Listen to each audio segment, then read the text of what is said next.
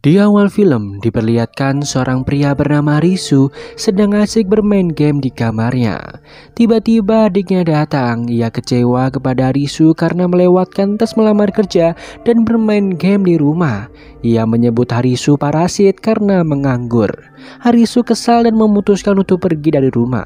Ia berjalan keluar rumah dan mengirimkan pesan kepada grup chat berisi dua orang teman baiknya, yaitu Karube dan Chota. Di lain tempat, Karube dipukul bosnya karena ketahuan selingkuh dengan kekasih bosnya di tempatnya bekerja. Namun Karube memukul kembali bosnya hingga ia dipecat. Di sisi lain, Chota sedang memberikan uang kepada ibunya. Ia terlihat kesal dan mengatakan bahwa ini adalah uang terakhir yang bisa ia berikan. Ibunya tidak mengerti maksud Chota. Chota bekerja di salah satu perusahaan di kota Shibuya. Ia memiliki nasib pekerjaan yang lebih baik dibandingkan Harisu dan Karube. Tiganya sama-sama memiliki hari yang buruk. Akhirnya mereka memutuskan untuk bertemu di depan stasiun Shibuya. Setelah bertemu, mereka mengobrol sambil memandangi orang yang berlalu lalang.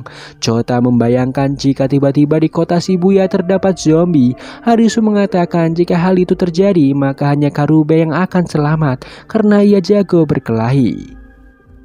Namun Karube mengatakan ia sangat yakin bahwa hanya Harisu yang akan selamat. Harisu bingung kenapa Karube berkata demikian. Tiba-tiba Karube menggendong Harisu di pundaknya. Mereka bertiga tertawa lepas melupakan masalah yang terjadi. Akibat aksi mereka, kekacauan lalu lintas pun terjadi, membuat polisi mengejar ketiganya. Karena panik, mereka bersembunyi di toilet stasiun Shibuya. Tiba-tiba listrik toilet mati dan suara ramai orang di luar mendadak sunyi. Mereka bertiga mencoba memeriksa keadaan di luar. Ketika mereka keluar, keadaan di sekitar stasiun sangat sepi. Mereka memeriksa keadaan di jalan raya, namun mereka sangat terkejut karena tidak ada satu orang pun di sana. Semuanya menghilang. Mereka bingung kemana perginya semua orang. Dan film pun baru dimulai.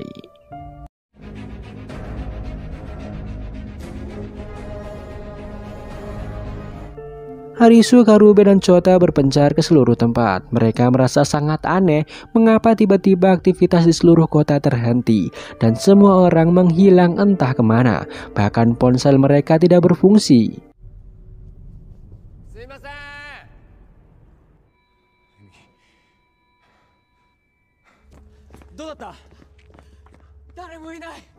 Pada malamnya, mereka duduk di tengah jalan raya sambil meratapi semua keanehan yang terjadi. Harisu dan Chota mengatakan bahwa itu tidak terlalu buruk. Tidak ada yang bisa memarahi mereka dan bisa merasakan hidup bebas. Karube meminta mereka untuk berhenti bercanda. Tiba-tiba layar salah satu gedung di belakang mereka menyala dan berisi tulisan, "Selamat datang para pemain. Permainan akan dimulai sesaat lagi." Layar tersebut menunjukkan arah salah satu gedung yang harus mereka tuju. Ketiganya langsung menuju ke sana dan berharap akan menemukan orang lain. Sesampainya di sana, mereka memasuki gedung yang dimaksud. Di sana tertulis arahan kemana mereka bertiga harus pergi dan melangkah. Mereka mengambil ponsel yang sudah disediakan. Ponsel itu tidak memiliki sinyal, hanya ada petunjuk permainan. Tiba-tiba muncul seorang wanita yang bernama Saori Shibuki dari salah satu ruangan. Mereka bertiga merasa sedikit lega karena menemukan manusia lainnya.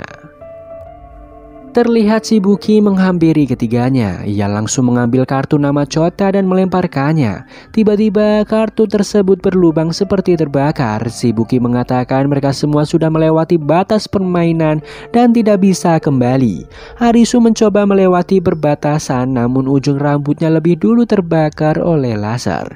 Kemudian muncul satu gadis SMA dari salah satu ruangan. Setelah berjumlah 5 orang, permainan bernama hidup atau mati siap dimulai.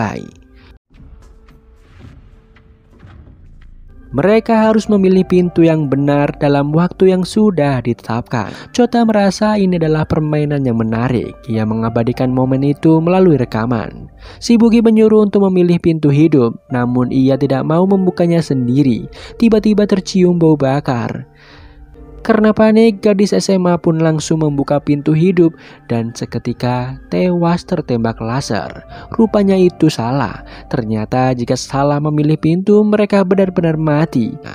Arisu mengatakan bahwa Shibuki telah membunuh gadis tadi. Shibuki mengatakan permainan ini memang harus menumbalkan orang lain agar dapat bertahan. Ia tidak mau membuka pintu selanjutnya karena takut mati.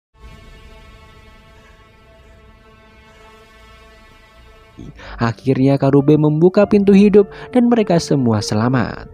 Mereka harus memilih pintu kembali. Karube mengatakan bahwa Shibuki harus bergantian membuka pintu, namun Shibuki menolak.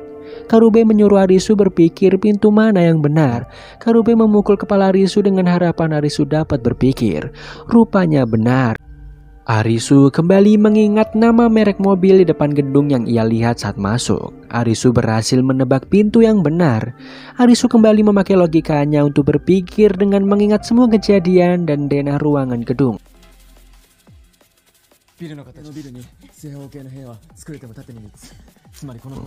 Arisu kembali berhasil menebak pintu yang benar. Karube, Chota, dan Shibuki kagum dengan kecerdasannya.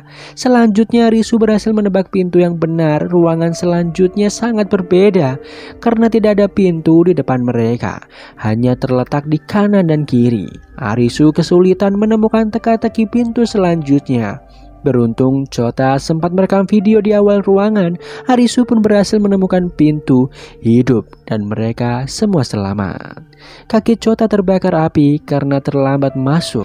Shibuki berterima kasih kepada Arisu karena telah membantunya selamat. Di ponsel mereka bertulis visa selama 3 hari. Mereka akan mati jika selama 3 hari tidak mengikuti permainan.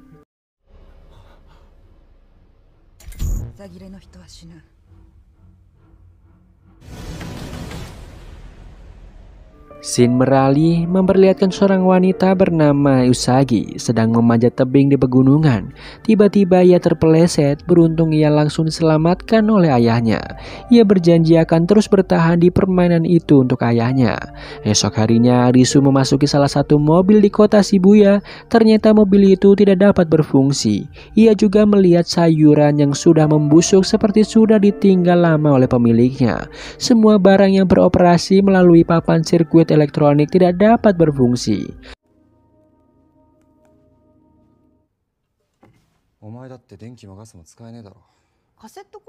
Malam harinya Arisu, Karube, Chota, dan Shibuki makan bersama dan berdiskusi bagaimana Shibuki bisa terjebak di dalam permainan. Shibuki mengatakan ketika sedang mandi, tiba-tiba lampu di toilet mati dan semua orang di sana menghilang. Ia tiba di permainan ketiga hari yang lalu. Ia sudah lebih dulu terjebak dalam permainan itu. Saat itu semua orang mati kecuali Shibuki. Arisu merasa waktu berjalan lebih cepat dari biasanya. Arisu yakin bahwa ada orang yang telah menciptakan permainan kematian ini. Ketika sedang mengobrol, Chota merasa luka bakar di kakinya semakin parah. Arisu dan Karube memutuskan bermain berdua saja dalam permainan selanjutnya dan berharap dapat bertemu dokter untuk mengobati luka Chota. Usagi memasuki gedung permainan selanjutnya, disusul oleh Arisu dan Karube. Pemainnya berjumlah 13 orang. Seorang pria mengatakan bahwa setiap kartu memiliki arti. Skop artinya pertarungan fisik, keriting pertarungan tim, waji pertarungan kecerdasan dan hati permainan pengkhianatan. Sementara arti angka dalam kartu itu menunjukkan tingkat kesulitan. Permainan kali ini disimbolkan 5 skop, yaitu kejar-kejaran. Jika ingin selamat, mereka harus lari dari pengejar dan mencari zona aman tersembunyi selama 20 menit. Para pemain segera berlari menemukan zona aman dengan membuka satu persatu pintu. Namun ada satu pria misterius bernama Chishia. Terlihat sangat tenang dan tidak berusaha melarikan diri. Tiba-tiba terdengar suara tembakan. Pengejar berhasil menembak satu pemain. Ia memakai topeng berbentuk kuda. Arisu dan Karube bersembunyi di balik dinding. Pengejar berhasil menembak beberapa pemain lainnya.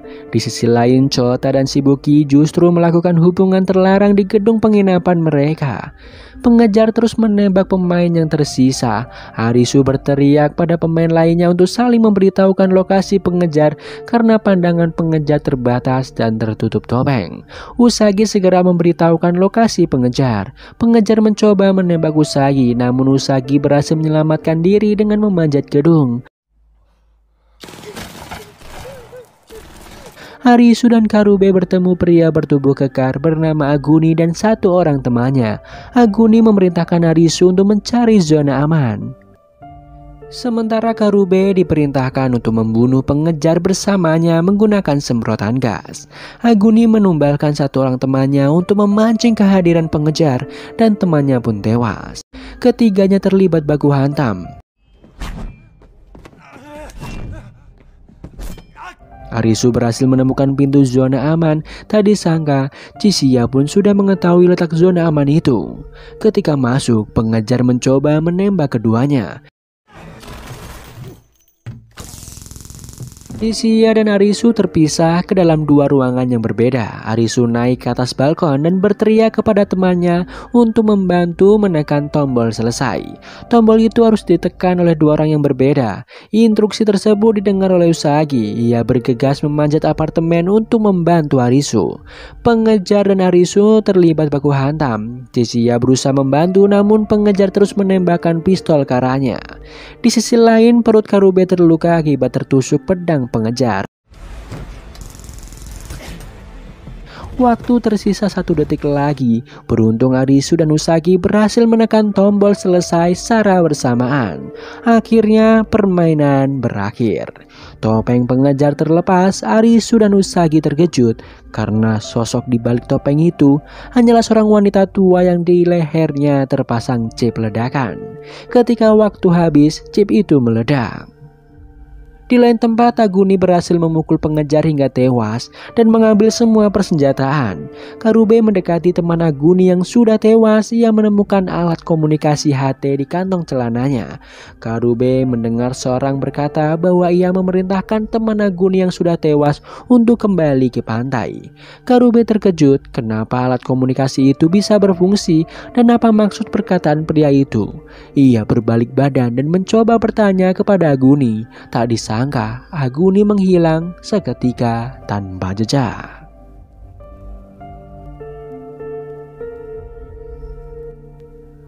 Arisu mengatakan kepada Usagi bahwa ia sudah membunuh wanita tua di balik topeng pengejar tadi. Usagi mengatakan bahwa itu bukan salah Arisu karena semua orang sengaja dibuat ikut dalam permainan.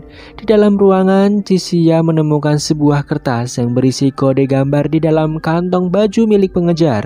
Di lain tempat, Shibuki mengingat masa lalunya yang melakukan hubungan terlarang dengan atasannya demi bekerja sebagai pegawai bank. Ia bertekad untuk bertahan dalam permainan kematian ini. Arigatou na. Dou suru? Itte miru ka? Ore wa biichi ni iku. Mae de hito ga shinden no ni sa. Ore wa ikinokotte, ore wa ikinokoritai. Ikitai tte omotta. Di sisi lain, Karube mengambil cincin yang akan ia gunakan untuk melamar kekasihnya. Arisu, Karube, Chota, dan Shibuki memutuskan untuk pergi ke permainan selanjutnya. Sesampainya di sana, mereka harus memilih satu senjata tajam dan memakai kacamata berkalung khusus. Permainan bersimbol 7 hati berjudul Petak Umpet. Arisu teringat bahwa ini merupakan permainan pengkhianatan. Syarat permainan ini adalah satu orang menjadi serigala dan 3 orang lainnya menjadi domba. Siapapun serigala di akhir permainan, maka ia akan menang. Jika melewati 15 menit, maka seluruh kalung di leher domba akan meledak. Mereka terkejut karena hanya ada satu orang yang akan selamat. Di layar permainan tertulis bahwa serigala pertamanya adalah Chota. Chota ketakutan. Ia mencoba melepaskan kalung, namun Harisu mengatakan jika kalungnya dilepas maka akan meledak. Ketika Chota bertatapan dengan Harisu, peran serigala berpindah kepadanya. Rupanya setiap bertatapan maka peran serigala akan berpindah. Si Ibuki memikirkan strategi. Ia mengambil satu buah senjata dan memanggil Harisu, Karube dan Chota. Peran serigala berpindah kepada Shibuki. Shibuki berlari ke atas dan bersembunyi. Ia ingin menjadi serigala agar selamat. Karube mengejar Shibuki. Mereka bertengkar saling menyakiti. Perut Karube terluka. Peran serigala berpindah kepadanya. Harisu datang menolong Karube. Ia tidak sengaja menatap matanya. Peran serigala berpindah kepada Harisu.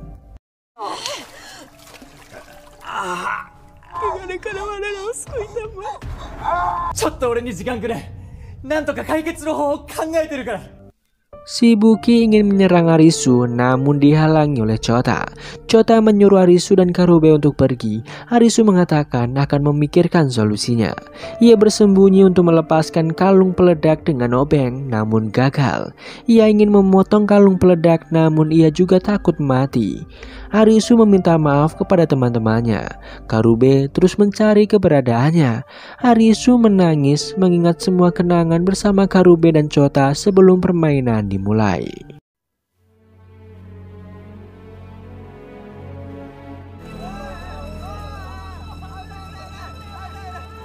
昼間からビール飲むんだ。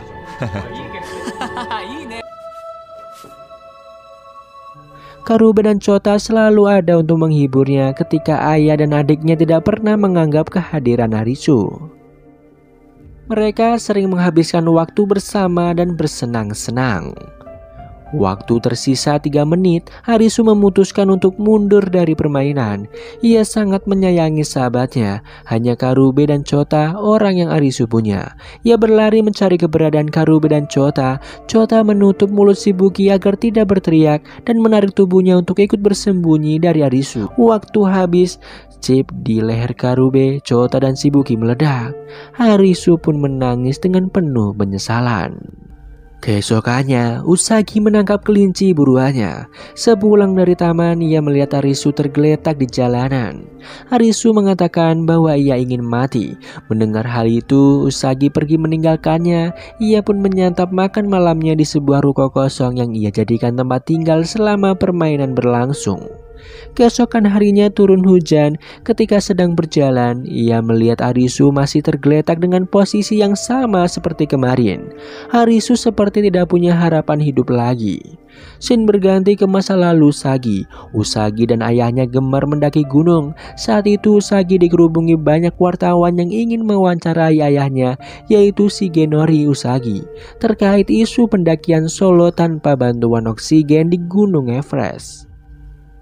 Sesampainya di rumah, ia melihat ayahnya sudah berkemas dengan membawa tas ransel besar. Ayah Usagi tidak tahu siapa yang telah menyebarkan berita palsu itu, namun ia menjadi tertantang untuk benar-benar membuktikannya. Semenjak kejadian itu, Usagi tidak pernah bertemu kembali dengan ayahnya. Ayahnya menghilang secara misterius. Usagi frustasi dan lemas tak berdaya di kamarnya. Persis seperti posisi Harisu saat ini. Usagi tidak tega melihat keadaan Harisu. Ia membawa Harisu ke tempat tinggalnya. Setelah terbangun, Harisu menangis dan bercerita kepada Usagi bahwa ia sangat menyesal karena merasa sudah membunuh sahabatnya. Usagi menyuruh Harisu makan untuk bersiap pada permainan selanjutnya. Keesokan harinya, seperti biasa, Usagi selalu berlatih fisik di pagi hari. Ketika kembali ke tempat tinggalnya, ia masih melihat Harisu terbaring. Usagi membujuknya untuk bermain pada permainan selanjutnya agar visanya tidak kadaluarsa. Usagi berterima kasih kepada Harisu karena saat permainan kejar-kejaran, Harisu membantunya memberitahu lokasi pengejar sehingga ia bisa selamat. Usagi ingin membalas budi kepada Harisu. Setelah mendengar ucapan itu, Harisu bangkit kembali dan sebelum pergi, Usagi tidak lupa membawa bekal minum untuk berjaga-jaga. Malam harinya, Harisu dan Usagi pergi ke terowongan untuk permainan selanjutnya. Di sana terdapat satu bis yang berisi 3 pemain lainnya bernama Seizan Seizan, Takuma, dan Yamane. Permainan bersimbol 4 keriting berjudul jarak. Mereka harus bertahan untuk mencapai tujuan dalam waktu 2 jam. Mereka pikir satu-satunya cara yang harus mereka lakukan adalah berlari sejauh mungkin dari bus. Kaki Takuma terluka sehingga tidak bisa berlari. Yamane mencoba menyalakan bus namun tidak bisa karena kehabisan solar. Takuma menyuruh pemain lainnya untuk pergi meninggalkannya sendirian di dalam bis. Dengan terpaksa Arisu, Usagi, Seizan, dan Yamane berlari menjauhi bus itu dan meninggalkan Takuma sendirian. Di tengah perjalanan mereka melihat banyak botol air minum. Arisu mengambil botol tersebut dan ingin meminumnya. Namun Usagi menghalanginya. Ia berpikir bahwa itu adalah jebakan. Beruntung Usagi sempat membawa bekal air minum tadi pagi. Ia memberikan air minumnya kepada yang lain. Kemudian mereka kembali berlari. Di tengah perjalanan tiba-tiba muncul seekor singa hitam besar. Para pemain berlari dan bersembunyi di balik mobil. Singa mencoba menerkam Arisu. Beruntung Usagi mampu mengusirnya dengan api. Singa berhasil membunuh Seizan. Yamane merasa sedih karena Seizan dan Takuma merupakan teman baiknya pada permainan sebelumnya. Mereka pun melanjutkan perjalanan kembali dan melihat motor tua bermesin diesel terparkir di atas mobil. Namun motor itu tidak bisa menyala karena akinya habis. Arisu membawa motor tua itu dengan mendorongnya menuju bus di titik awal agar bus itu bisa mendapatkan solar dari motor. Jika bus itu menyala, ia akan menyelamatkan Takuma serta menyusul Usagi dan Yamane. Usagi dan Yamane berlari menuju titik akhir, sementara Arisu terus mendorong motor menuju bus. Waktu tersisa 15 menit lagi. Usagi dan Yamane tiba di titik akhir, ternyata itu adalah terowongan buntu. Mereka menunggu Arisu kembali. Waktu pun tersisa 5 menit lagi.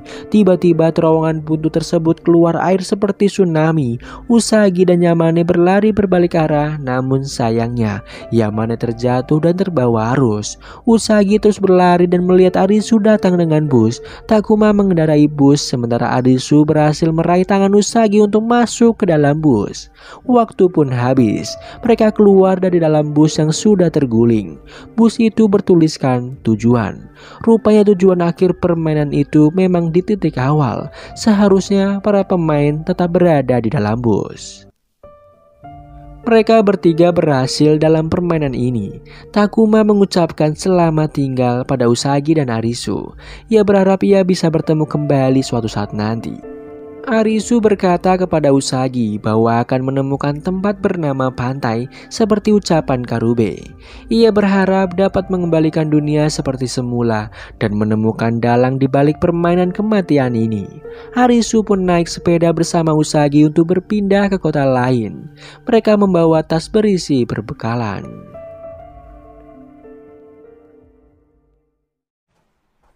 Mitsukaranai ne, Bichi. 俺のビザもあと3日。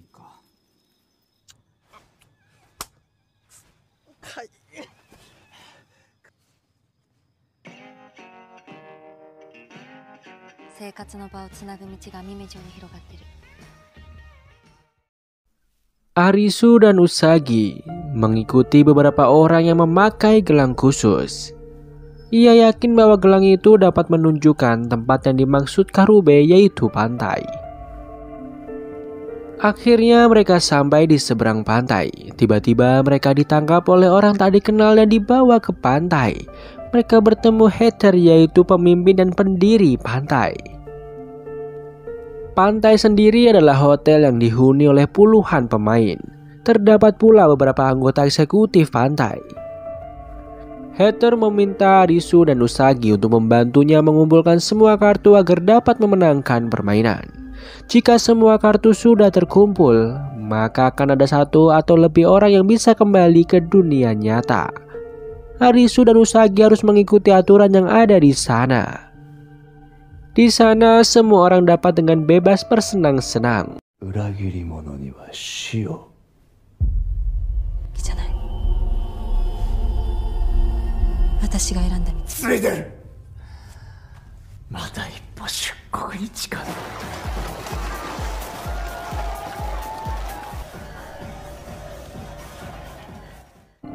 Malam harinya, permainan pun dimulai. Arisu dan Usagi bermain jenis permainan berbeda. Mereka berjanji untuk kembali dengan selamat. Permainan pun dimulai. Usagi bermain bingo.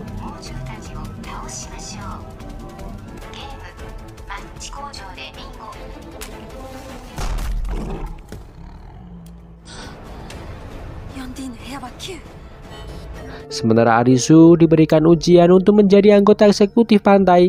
Permainan disimbolkan 4 wajik berjudul bola lampu. Arisu harus menebak saklar lampu yang tepat. Jika waktu habis, kolam akan dipenuhi air dan semua pemain akan mati. An sebagai salah satu anggota eksekutif yang ikut bermain. Sebenarnya ia sudah mengetahui trik permainan tersebut, namun ia hanya ingin menguji Arisu. Waktu hampir habis, air memenuhi kolam dan semua pemain hampir tenggelam. Setelah berpikir keras dengan Arisu menemukan saklar yang benar yaitu A.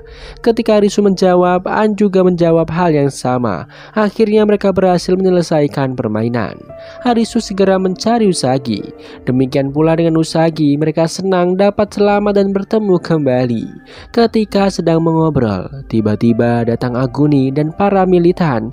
Kuina mengatakan bahwa Aguni adalah pimpinan militan di pantai yang berwenang dalam kepemilikan senjata. Aguni datang menghampiri Arisu. Ia mengatakan bahwa bosnya menginginkan Usagi untuk menjadi salah satu wanita pelayan bosnya. Arisu mencoba menghalanginya. Sepertinya Arisu dan Usagi sudah saling tertarik satu sama lain.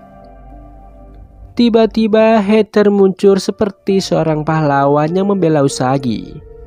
Tak disangka bahwa bos yang dimaksud Aguni adalah Heather itu sendiri. Heather tertarik dengan Usagi. Setelah melihat Arisu, Heather mengurungkan niatnya untuk membawa Usagi. Ia meminta Arisu untuk ikut dengannya. Arisu menuruti perintahnya. 今までゲームに出現していない。ビザ切れに注意しつつハートの銃の出現を待とう。人の心や感情をもてあそぶゲーム。スペードだろうが百戦錬磨の俺がクリアしてやろう。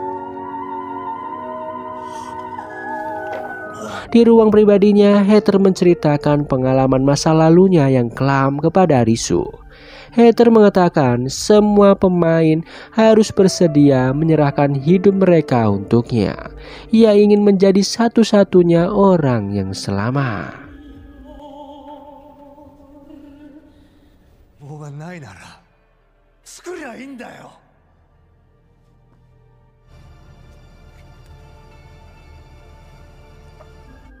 Arisu dan Usagi mengumpulkan informasi mengenai pantai. Arisu terkejut ketika melihat tumpukan maya di tempat sampah. Tiba-tiba Chisiya dan Kuina muncul. Mereka mengatakan setiap pengkhianat akan dibunuh oleh pasukan militan. Namun Chisiya dan Kuina berencana untuk mencuri semua kartu milik Heather agar bisa mengembalikan dunia seperti semula. Arisu tertarik mendengarnya. Malam hari tiba, Heather ikut dalam permainan di luar wilayah pantai.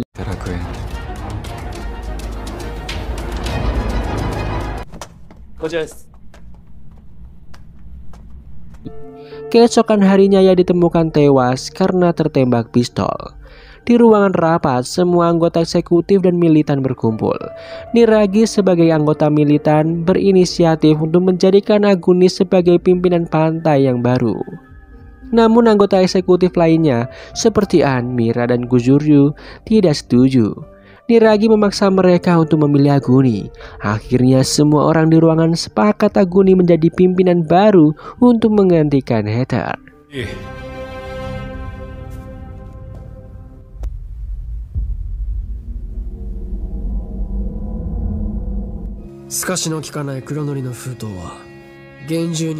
Chisiya menghasut Arisu dan Usagi untuk membantunya mencuri kartu Heather yang tersimpan di dalam berangkas.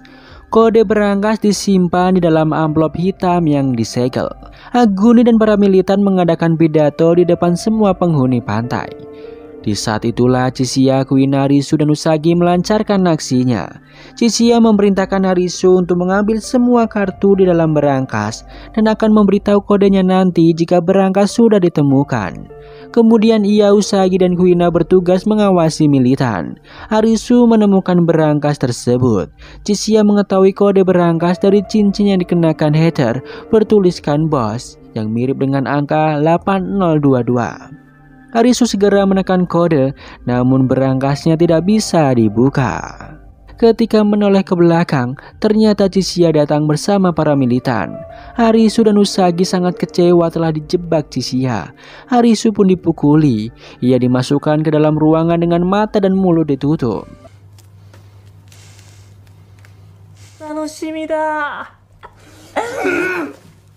Malam harinya, An mengambil peluru dari tubuh Heather. Di sisi lain, Chishia mencoba mengambil semua kartu Heather itu sendiri. Kuina membantu mengawasinya. Chishia mengetahui tempat berangkas yang asli. Saat sedang menangkap Harisu, Aguni menatap lukisan bergambar rusa. Chishia yakin kode di dalam amplop milik Heather bukanlah angka, namun hanya kode gambar rusa. Sebenarnya Aguni juga tidak mengetahui kode asli berangkas tersebut. Chishia segera membuka lukisan rusa dan memasukkan kode 8022 dan berhasil mengambil semua kartu. Di sisi lain, Niragi mencoba menodai Usagi, namun Usagi menggigit tindik Niragi hingga berdarah. Tiba-tiba TV di ruangan menyala, tertulis permainan 10 hati akan segera dimulai. Semua orang pun panik. Sebelumnya belum pernah terjadi permainan di dalam pantai. Usagi segera melarikan diri dari Niragi. Semua orang berkumpul di aula pantai dengan membawa ponsel masing-masing. Harisu tidak ikut bermain karena masih terkunci di dalam kamar. Di aula tersebut terdapat satu orang wanita bernama Momoka tewas tertusuk. Permainan itu pun berjudul Perburuan Penyihir. Mereka diharuskan mencari penyihir pembunuh Momoka. Seorang bernama Asahi menghampiri jasad Momoka. Ia merasa kehilangan sahabat baiknya itu. Semua pemain bersorak menuduh Asahi sebagai pelakunya. Tiba-tiba Mira datang dan mengatakan mungkin ada pelaku lain. Pemain lainnya melihat darah di tangan An dan langsung menuduhnya. An menjelaskan bahwa darah itu berasal dari jasad Heather. Ia menemukan peluru di tubuhnya dan yakin bahwa pembunuh Heather berada di wilayah pantai. Semua pemain terkejut. Aguni datang. Ia mengatakan jika tidak ada yang mengaku sebagai penyihir, maka semua orang akan dibunuh dan dilemparkan ke dalam api penghakiman. Semua anggota militan akan membunuh semua pemain yang ada di sana secara brutal, termasuk anggota eksekutif. Akhirnya Usagi, Asahi, Tata bekerja sama mencari kamar tempat Harisu disekap.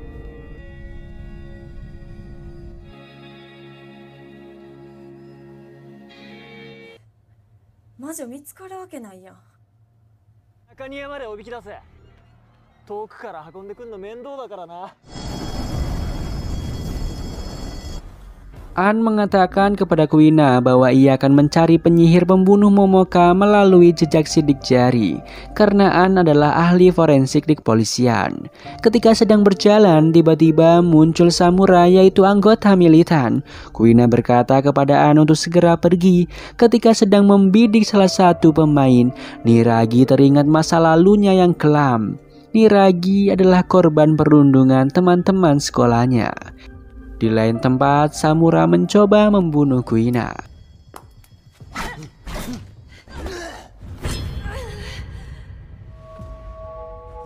Kuina teringat akan masa lalunya yang merupakan transgender. Kuina sering berlatih karate dengan ayahnya. Ayahnya sangat kecewa ketika melihat Kuina menjadi transgender. Kuina pun memutuskan untuk pergi dari rumah. Kemudian Chishia datang menghampiri Niragi. Mereka berdebat. Niragi kesal dengan tingkah Chishia. Ia berniat menembaknya dengan pistol. Chishia melemparkan semua kartu dan menembak Niragi dengan tembakan api, membuat Niragi jatuh ke bawah gedung. Di lain sisi, Samura teringat akan masa lalunya yang terus bekerja di dalam kamar. Setelah terjebak di dalam permainan, ia mengubah total penampilannya agar bisa merasakan hidup bebas dengan memasang tato di sekujur tubuhnya.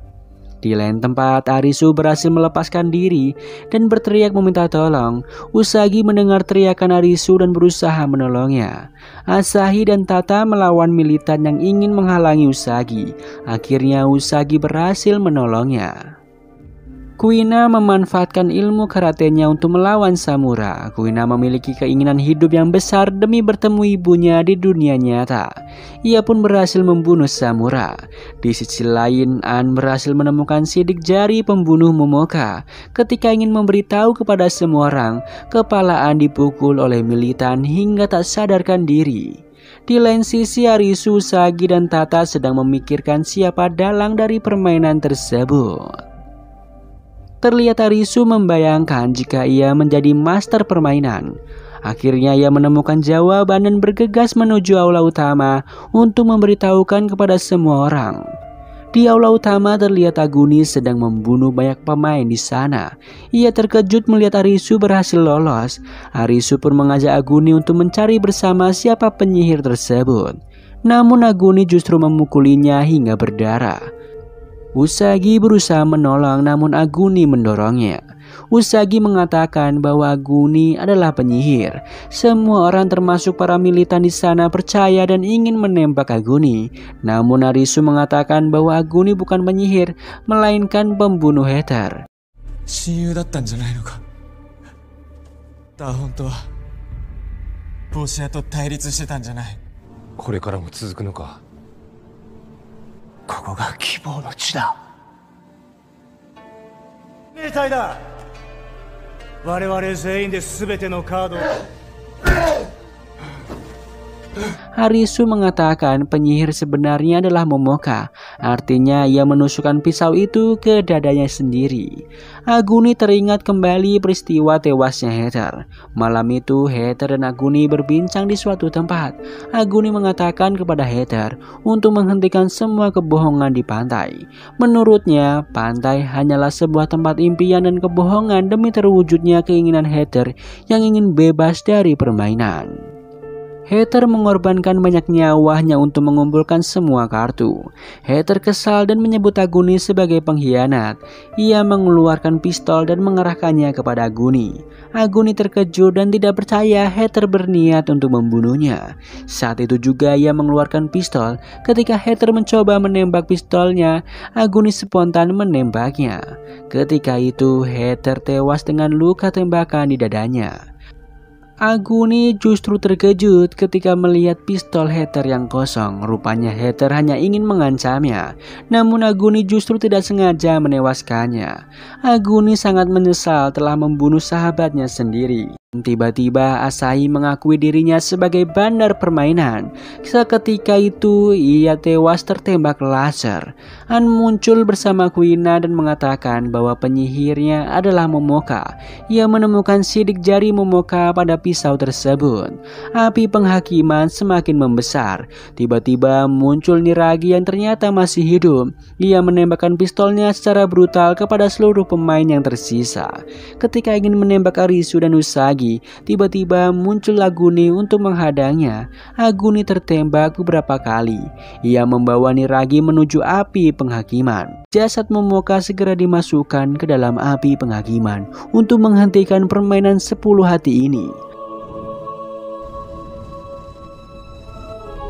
ただ土に変えるだけ。みんな死んだ。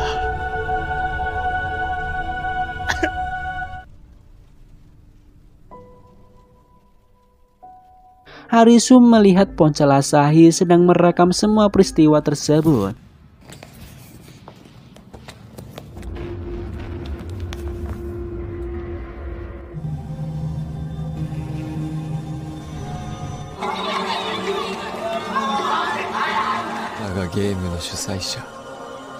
Malam harinya Arisu dan Usagi pergi menuju tempat bandar. Sesampainya di sana mereka bertemu dengan Chishia dan Kuina. Rupanya Chishia mengetahui tempat tersebut berdasarkan kode rute gambar yang ia temukan pada saku wanita tua pengejar yang tewas saat permainan kejar-kejaran. Rupanya semua bandar permainan sudah tewas tertembak laser. Tiba-tiba layar menyala dan muncul wajah Mira yang telah menyamar sebagai anggota eksekutif pantai. Mereka berempat terkejut karena Mira merupakan salah satu master permainan. Mira mengatakan di kota Shibuya akan ada permainan babak selanjutnya, yaitu kartu wajah. Dan film pun bersambung.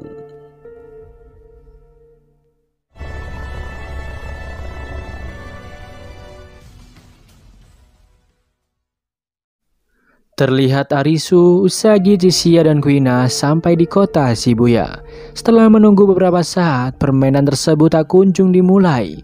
Nama dan aturan permainannya pun tidak dijelaskan. Tak lama kemudian muncul rombongan orang-orang dari pantai menggunakan mobil. Lalu muncul suara tembakan yang menembak semua orang secara brutal. Semua pemain berlari menyelamatkan diri. Penembakan itu mengingatkan Arisu akan masa lalunya ketika sedang bermain game tembak-tembakan di komputer.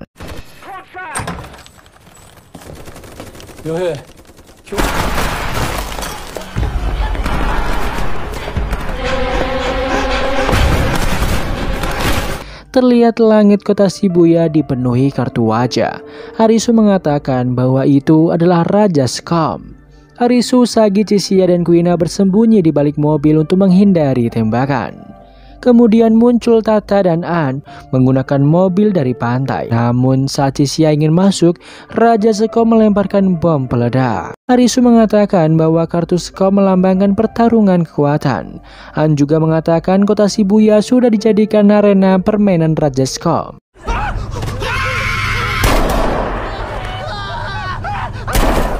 Tiba-tiba Raja Scum menembak mobil yang dikendarai Tata. Tata panik dan kesulitan mengendarai mobil.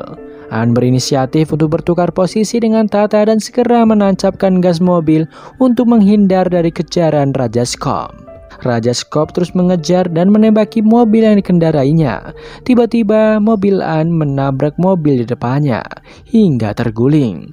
Mereka berlima segera keluar dari mobil. Rupanya Raja Scum masih terus menembak. Mereka berlima segera berlari menghindar. Arisu, Usagi, Kuina, dan Tata bersembunyi di dalam gedung. Sayangnya An terpisah dari rombongan. Mereka yakin An dan Chishia dapat menjaga diri mereka masing-masing. Malam hari tiba, Arisu, Usagi, Tata, dan Kuina membagi tugas untuk mempersiapkan diri pada permainan selanjutnya.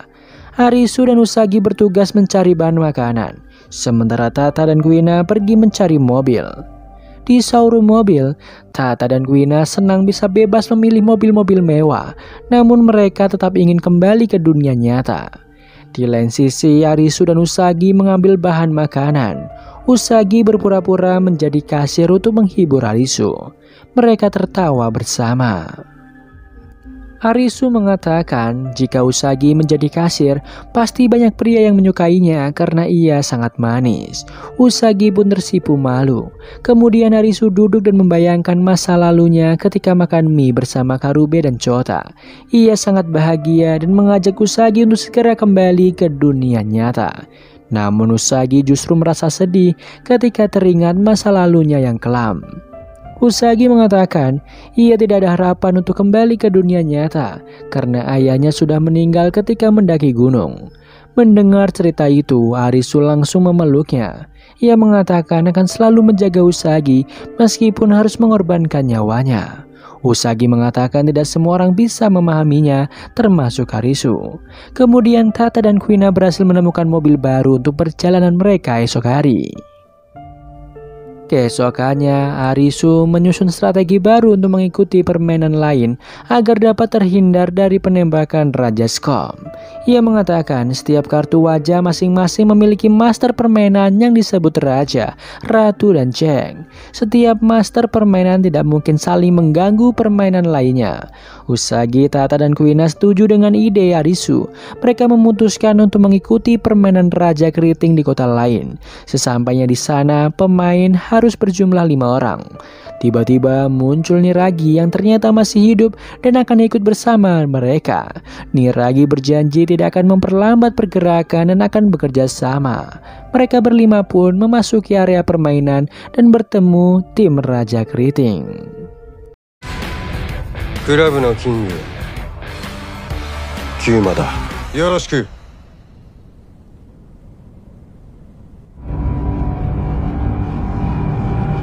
Keriting melambangkan pertarungan tim. Raja Keriting dan timnya merupakan mantan pemain band sekaligus pembuat permainan ini yang kemudian dikembangkan oleh Chitara.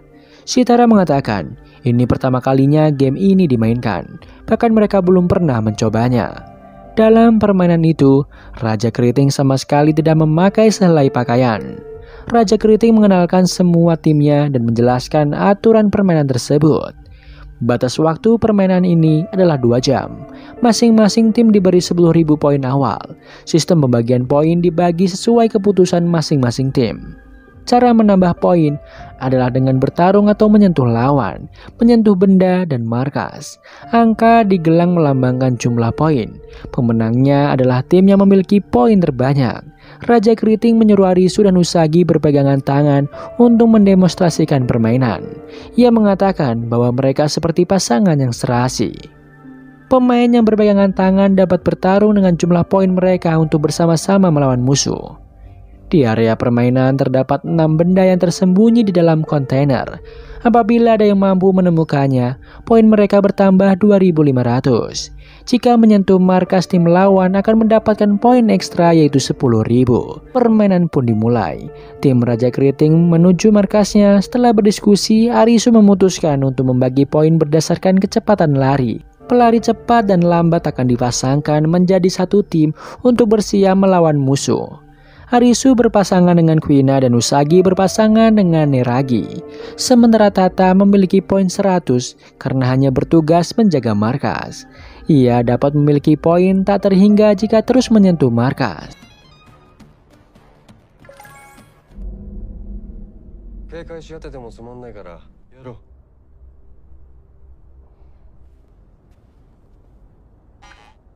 連中は生死を共にする対等な仲間なんだよ。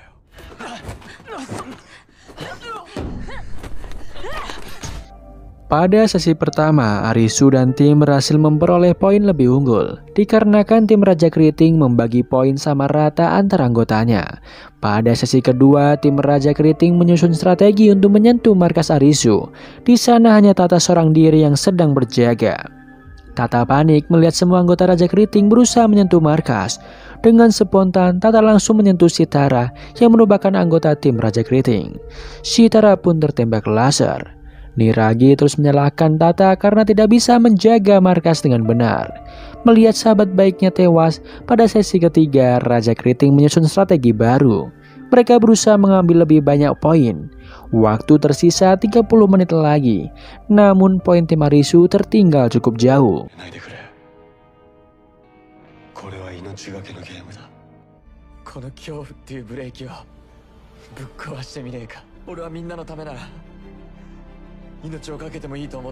Pada sesi keempat, Arisu dan tim mencoba menyentuh markas lawan. Namun tetap saja tim Arisu masih tertinggal 3.000 poin. Mereka semakin putus asa. Usagi optimis bisa mendapatkan benda untuk menambah poin. Ia pergi sendirian dan akhirnya berhasil menemukan benda sehingga poin bertambah 2.500. Tersisa 500 poin untuk menyamai kedudukan dengan Raja Keriting. Sebelum pergi, Arisu memberikan semangat kepada Tata yang terus disalahkan oleh Niragi. Arisu mengucapkan terima kasih karena Tata sering menghibur dan membantunya. Mendengar ucapan Arisu, Tata seperti memiliki semangat baru dan mulai membantu tim. Di lain sisi, Niragi kesal karena poin tim Arisu selalu lebih rendah. Mulutnya mengeluarkan darah dan berpikir akan segera mati. Niragi pergi menemui Usagi dan ingin menodainya sebelum ia benar-benar mati. Usagi menolak dan meminta tolong kepada Arisu. Namun Arisu tak mungkin mendengarnya. Niragi kesal karena Usagi dan semua orang yang tak pernah suka padanya. Ia membenturkan kepala Usagi ke tanah hingga pingsan. Di sisi lain, Tata mengingat masa lalunya yang begitu menyedihkan saat menjadi mekanik mobil. Di lingkungan kerja dan keluarganya, Tata selalu disalahkan dan tidak pernah dihargai. Semua kerja kerasnya yang ia lakukan selalu salah di mata mereka. Ia juga pernah melakukan kesalahan di tempat kerjanya sehingga menyebabkan satu tangan rekannya patah. Hal itu membuat semua orang semakin menjauhinya. Ketika Niragi sedang menodai Usagi, tiba-tiba Arisu datang dan langsung memukulinya. Arisu sangat kecewa dengan perbuatan Niragi. Arisu segera menggendong Usagi ke markas. Usagi meminta maaf kepada Arisu karena tidak bisa membantu sampai akhir. Arisu pun meminta maaf pada Usagi karena tidak bisa menjaganya. Waktu tersisa 5 menit lagi, Arisu dan Kyuma bertemu di tepi pantai. Kyuma dan timnya optimis akan menang. Arisu berterima kasih kepada Kyuma karena telah mengajarkannya banyak hal. Sebelum Arisu mati, ia ingin berjabat tangan untuk yang terakhir kalinya pada Kyuma. Tak disangka poin tim Kyuma justru semakin berkurang. Kyuma bingung trik apa yang dilakukan Arisu. Arisu teringat kejadian sebelum bertemu Kyuma. Ia melihat Tata sedang mencoba melepaskan gelang dengan cara mencembitkan pergelangan tangannya ke pintu kontainer. Akhirnya tangan Tata pun putus dan gelang itu berhasil dilepas. Di akhir hidupnya, Tata ingin menyelamatkan nyawa timnya meskipun harus mengorbankan nyawanya sendiri. Kyuma dan timnya kalah. Teman-teman Kyuma juga tidak menyalahkan Kyuma di saat-saat terakhir karena Kyuma sudah banyak membantu mereka dalam permainan sebelumnya. Rupanya Kyuma dan teman-temannya merupakan mantan pemain seperti Arisu. Mereka sudah banyak melewatkan permainan sebelumnya hingga bisa menjadi raja. Akhirnya raja keriting yaitu Kyuma dan timnya mati tertembak laser. Kapal udara berwajah kartu keriting pun ikut terbakar. Arisu, Kuina, dan Usagi segera menemui Tata. Rupanya Tata tewas karena kehabisan darah. Mereka bertiga berjanji untuk terus bertahan hidup karena pengorbanan Tata. Dari kejauhan, Niragi rupanya masih hidup. Di lain tempat, Chichiya sedang menghadapi permainan hati. Ia bermain bersama pemain-pemain lain yang tak dikenalnya. Permainan tersebut bernama sel isolasi. Pemain harus menebak simbol yang muncul di belakang kalung yang dipakai. Saat menebak, mereka dimasukkan ke dalam masing-masing sel. Jika tebakan salah dan waktu habis, maka kalung akan meledak. Ruangan tersebut sudah disediakan banyak persediaan makanan karena permainan tersebut tidak memiliki batas waktu. Di antara pemain ada seorang Jack Hati yang menyamar sebagai pemain. Mereka harus menebak siapa Jack Hati tersebut. Para pemain membentuk regu-regu kelompok dan sepakat untuk saling memberitahu simbol yang ada di belakang kalung mereka. Permainan pun dimulai. Chichiya hanya bekerja sama dengan satu pemain yaitu Ipei. Chichiya memperhatikan semua gerak-gerik pemain yang mencurigakan. Ia penasaran siapa Jack Hati yang menyamar tersebut. Awalnya semua berjalan lancar. Para pemain saling memberitahukan kode di balik kalung mereka. Salah satu pria mengatakan permainan tidak akan berakhir sampai satu dari mereka mulai berbohong. Pria tadi menyuruh salah satu orang untuk berbohong. Ketika semua pemain memasuki sel dan menebak, satu pemain pun tewas karena kebohongan tadi. Seiring berjalannya waktu, semua pemain di sana semakin banyak yang berbohong dan tewas, termasuk rekan Chichiya yaitu Ipei. 口裏合わせようとしたら反対したよね。あなたのマークはしてよ。あなたのはクラブ。みんなも危ないよ。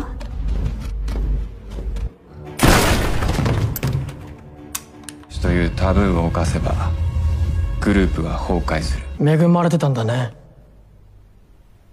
もう降りる。 Kini hanya tersisa 5 orang pemain yaitu Chichiya, 2 orang pria misterius bernama Banda dan Matsushita, dan 2 orang sepasang kekasih bernama Yaba dan Kotoko.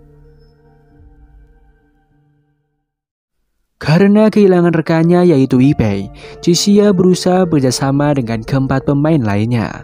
Di ruang makan, ia mengajak Matsushita untuk bekerja sama. Ia memberitahu bahwa Banda yang merupakan rekan Matsushita adalah seorang pembunuh. Chichiya mencurigai Banda adalah Jack Hati. Matsushita tidak percaya dengan perkataan Chichiya dan tidak ingin bekerjasama dengannya. Chichiya memberitahu dengan jujur simbol di kalung Matsushita. Namun Matsushita justru membohongi Chichiya. Ia berkata kepada Banda bahwa Chichiya adalah Jack Hati yang sebenarnya. Ia berharap Chichiya akan mati. Dari kejauhan, Yaba berkata pada Kotoko bahwa ia curiga dengan Banda adalah Jack Hati. Karena Chishia tidak percaya dengan Matsushita, ia berniat untuk bekerjasama dengan Kotoko. Chishia memberitahu simbol Kotoko dengan jujur, namun Kotoko tidak mau memberitahu simbolnya. Di lain tempat, Yaba memberitahu simbol Kotoko dengan jujur, namun untuk pertama kalinya Kotoko membohongi Yaba. Di lain tempat, Banda memberitahu simbol yang benar kepada Matsushita. Sebaliknya, Matsushita justru membohongi Banda. Tibalah waktu untuk menebak. Karena tidak ada yang bisa dipercaya, Chishia menebak sendiri simbolnya. Waktu habis, Matsushita keluar dari sel. Ia tertawa dan mengira bahwa semua rekannya telah mati. Beberapa saat kemudian, Chishia, Banda, dan Yaba keluar dari sel. Mereka bertiga selamat. Tak disangka Matsushita adalah Jack Hati yang sesungguhnya. Kotoko tewas karena dibohongi Matsushita. Chishia mengatakan Kotoko dan Matsushita bekerjasama melalui kode snack makanan. Matsushita menyuruh Kotoko untuk berbohong kepada Yaba. Banda dan Yaba juga bekerjasama karena merasa dibohongi oleh Matsushita. Karena kesal, Banda dan Yaba menginterogasi Matsushita di dalam sel. Matsushita ketakutan dan memilih untuk bunuh diri. Akhirnya permainan selesai. Balon udara bersimbol Jack Hati ikut terbakar. Di lain tempat, Kuina mengucapkan perpisahan kepada Arisu dan Usagi. Ia ingin mencari An dan Chishia.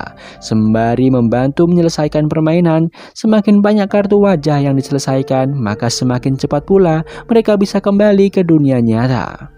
Kuina berpesan kepada Arisu untuk menjaga Usagi. Ia berharap dapat bertemu kembali dengan mereka. Keesokan harinya, Usagi mengajak Arisu untuk menangkap hewan buruan. Mereka tampak begitu bahagia ketika bersama. Ketika sedang menangkap kelinci, tiba-tiba terdengar suara tembakan. Rupanya Raja Skop baru saja menembak beberapa pemain di sana. Salah satu pemain yang tertembak mengatakan bahwa ia memiliki rekaman film di dalam mobil. Arisu dan Usagi membuka video tersebut. Dalam video terlihat An yang tidak sengaja terekam. Ia sendirian dan mengatakan akan pergi keluar kota Tokyo untuk mencari tahu kebenaran yang sebenarnya. An merasa waktu dan kehidupan berjalan tidak normal. Ketika sedang melihat rekaman, terdengar tembakan Raja Skop. Arisu dan Usagi berlari ke dalam hutan. Raja Skop terus menembaki Usagi yang bersembunyi. Tiba-tiba kepalanya terbentur oleh panah dan pingsan. Malam harinya, Arisu terbangun dan melihat seorang yang berjalan ke arahnya. Ia mengira itu Usagi. Rupanya itu adalah seorang wanita dengan kaki palsu bernama Hiya. Hiya mengatakan kepada Arisu untuk berterima kasih pada seseorang yang telah membantunya. Tak disangka orang yang telah menolongnya adalah Aguni.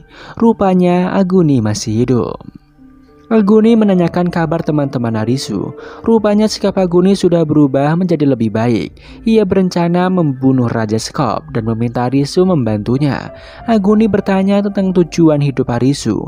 Aguni tidak memiliki tujuan hidup dan tempat untuk kembali. Ketika ingin tidur, ia teringat masa lalunya. Ia adalah seorang gadis SMA yang hobi memanah. Sepulang sekolah bersama teman-temannya, tiba-tiba ia melihat kembang api besar di langit kota Shibuya. Ia tidak ingat apa yang terjadi. Seketika ia sudah berada di area permainan 7 skop berjudul Mati Mendidih. Para pemain harus menyelamatkan diri dari gedung sebelum runtuh. Permainan pun dimulai. Tanah mulai bergetar dan bangunan runtuh. Ia terus berlari melarikan diri. Saat ia terbangun, kaki kirinya tertusuk besi. Ia pun berhasil mencabut kakinya dari besi itu dan kembali melarikan diri. Scene berganti kembali ketika hantu Heather selalu mendatangi Aguni. Heather mengatakan Aguni ingin membunuh Raja Skop untuk menebus kesalahannya pada semua orang.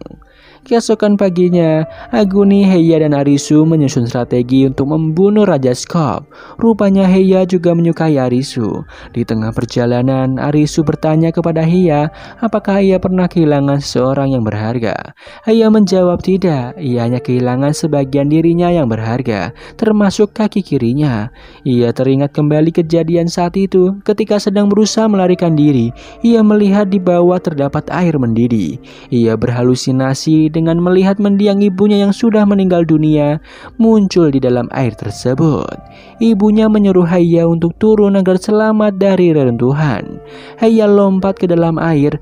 Anehnya air itu mendadak tidak panas dan ibu Haya menghilang. Kemudian ia berjalan untuk mencari pertolongan. Sesampainya di kota, ia bertemu seorang dokter yang menyarankan kakinya untuk segera diamputasi karena sudah membusuk. Dokter itu meminta bayaran dengan cara melakukan hubungan terlarang dengan Haya. Haya tidak memiliki pilihan lain selain menuruti kemauannya. Itulah alasan Haya ingin terus bertahan dalam permainan ini.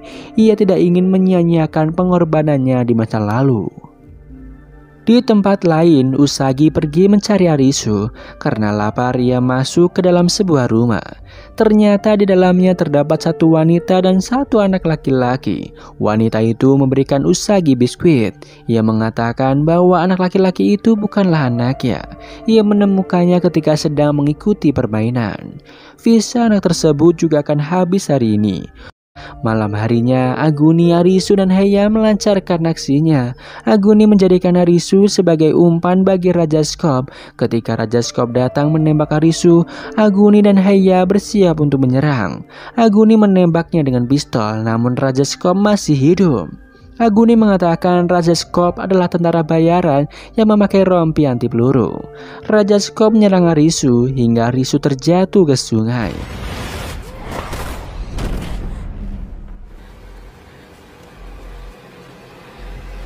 Keesokan harinya, Arisu pergi mencari Usagi.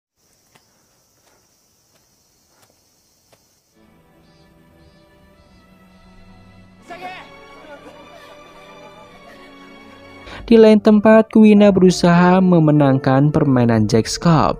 Malam hari, Usagi dan anak kecil itu bermain dengan Ratu Skop. Usagi senang ketika melihat Arisu datang. Arisu sengaja mengikuti permainan Ratu Skop agar bisa bertemu Usagi. Namun, permainan itu adalah skakmat. Tim pemain harus melawan tim Ratu. Ratu Skop memilih anak kecil tadi sebagai raja pemain. Raja tidak boleh berpindah tim. Tim Ratu terdiri dari 4 orang, sementara tim pemain 16 orang. Aturannya, tim Ratu akan mengejar tim pemain dengan menekan tombol di belakang punggung mereka. Setelah 5 menit, giliran tim pemainnya mengejar tim Ratu. Tim dengan anggota lebih sedikit akan mati. Permainan pun dimulai. Semua tim pemain berlari dari kejaran tim Ratu. Di babak pertama, tim Ratu berhasil mengambil 13 orang tim pemain. Ratu Skop memperdaya tim pemain untuk bergabung dengannya agar bisa selamat. Tim pemain pun terperdaya. Mereka bekerja sama untuk bergabung ke dalam tim Ratu. Kini tim pemain hanya tersisa 3 orang, yaitu Arisu, Usagi, dan anak kecil yang menjadi raja. Arisu dan Usagi berjanji pada anak itu untuk selalu melindunginya. Mereka berusaha memenangkan pertandingan tersebut.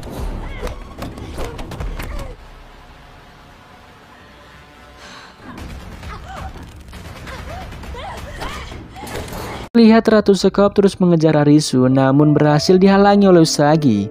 Arisu dan Usagi menyusun rencana baru. Mereka harus mengejar tim pemain yang sudah diambil oleh Ratu Skop. Usagi menanyakan kembali apakah tim pemain benar-benar memilih Ratu Skop. Ia membujuk mereka agar dapat mengalahkan Ratu Skop dan kembali ke dunia nyata. Perkataan Usagi berhasil menyadarkan mereka, dan para pemain itu kembali bekerja sama untuk memenangkan permainan.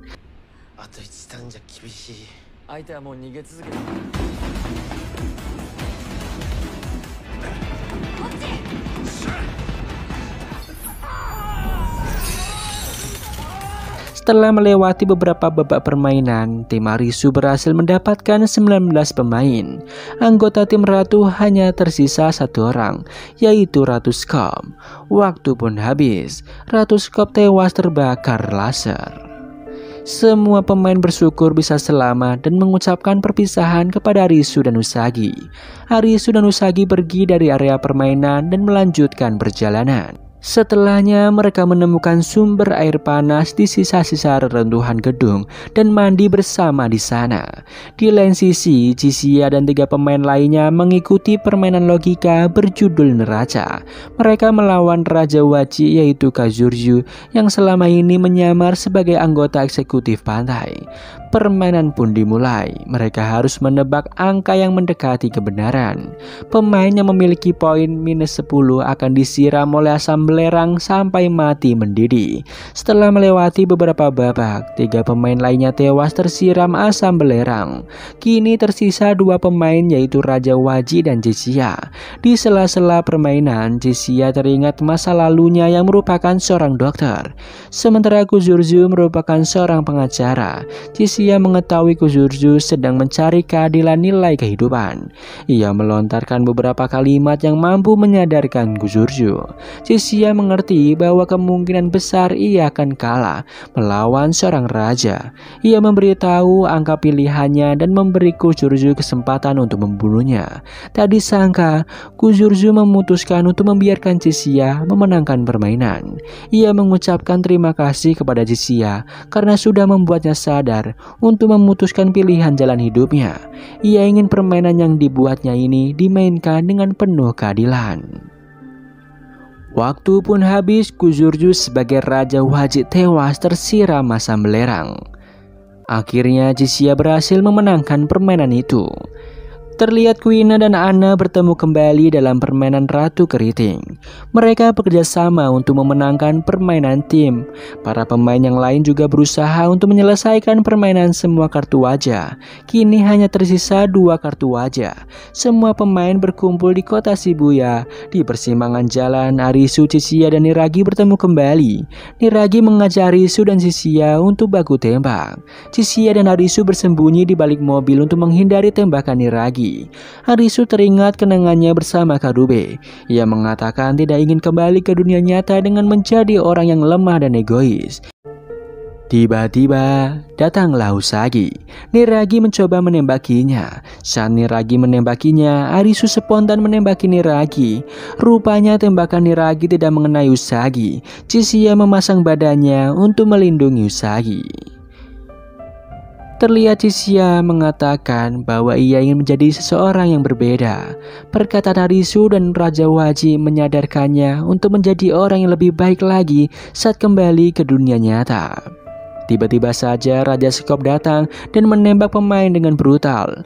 Arisu dan Usagi segera menyembunyikan Chishia dan Niragi yang masih hidup di bawah mobil. Mereka bekerja sama dengan Kuina dan An, Heiya dan Aguni. Kuina membawa bom buatan dari Chishia. Arisu memiliki ide untuk meledakkan bom tersebut di dalam apotek. Raja Skop membuka penutup wajah dan jubahnya. Benar saja, ia adalah seorang tentara seperti Aguni.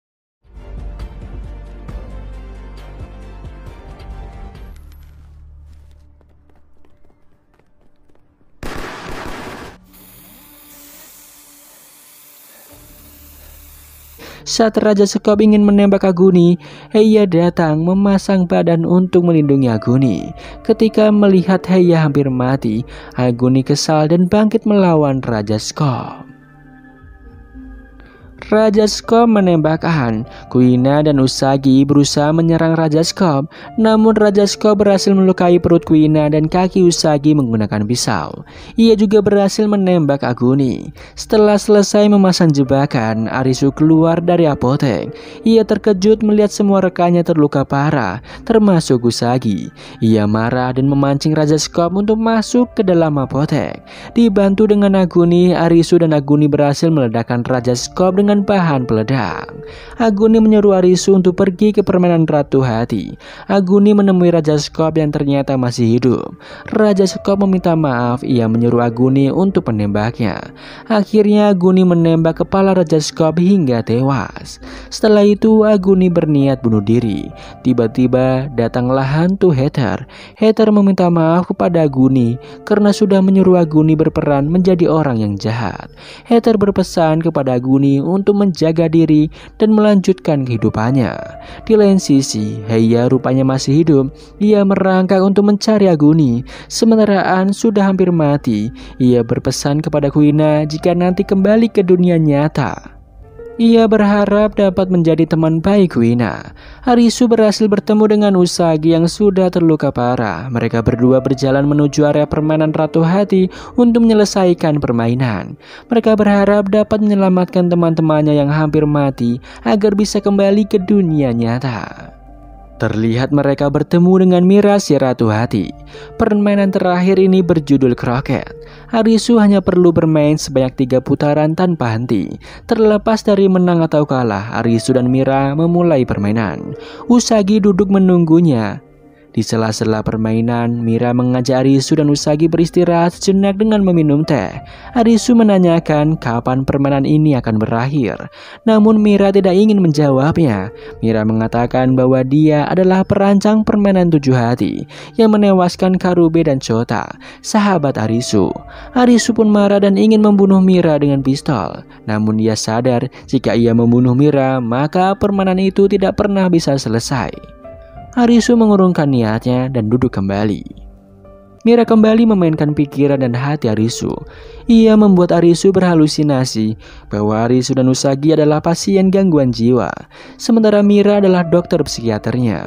Mira mengatakan bahwa Arisu telah menyebabkan Karube dan Chota meninggal dunia karena kecelakaan.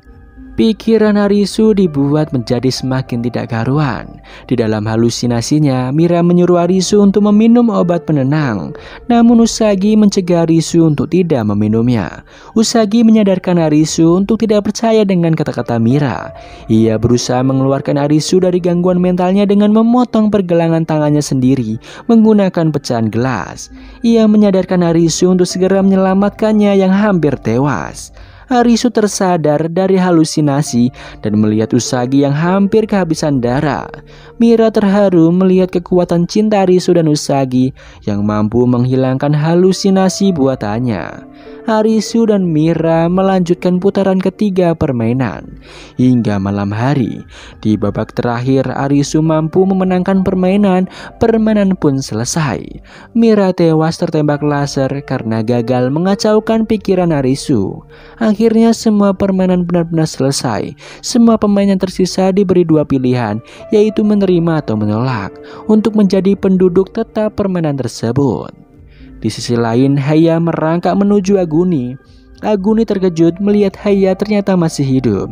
Ia meraih tangan Haya dan mereka berpelukan. Sepertinya Aguni dan Haya tertarik satu sama lain.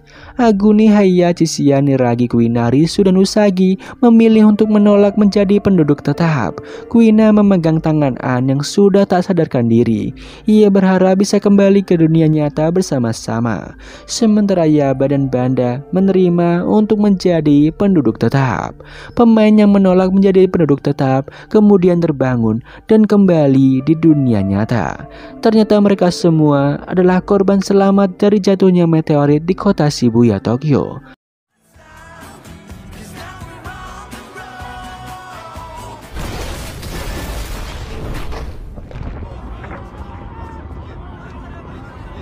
Adik Arisu memberitahukan bahwa jantung Arisu sempat terhenti selama 1 menit. Saat itu ia berada di perbatasan hidup dan mati. Begitupun dengan pemain yang selamat lainnya. Di sisi lain, An berhasil melewati masa kritisnya. Terlihat keadaan di dunia nyata sangat mirip dengan yang terjadi selama permainan. Contohnya kaki Haya yang benar-benar diamputasi di dunia nyata. Para pemain yang selamat tidak ingat dengan pengalaman yang mereka alami di dunia lain. Namun beberapa sedikit mengenali, termasuk Arisu dan Usagi yang bertemu di mesin minuman otomatis. Di sini Arisu mengajak Usagi untuk saling mengenal satu sama lain lagi. Bahkan mereka merasakan seperti ada cinta di dalam hati yang entah kapan munculnya. Akhirnya mereka memutuskan untuk berjalan-jalan di taman. Di taman terdapat meja yang berisi sekumpulan kartu remi. Kartu itu terbang terbawa angin dan hanya menyisakan 1 kartu, yaitu kartu Joker. Dan Alice in Wonderland selesai. Semoga terhibur, sampai jumpa di film series berikutnya.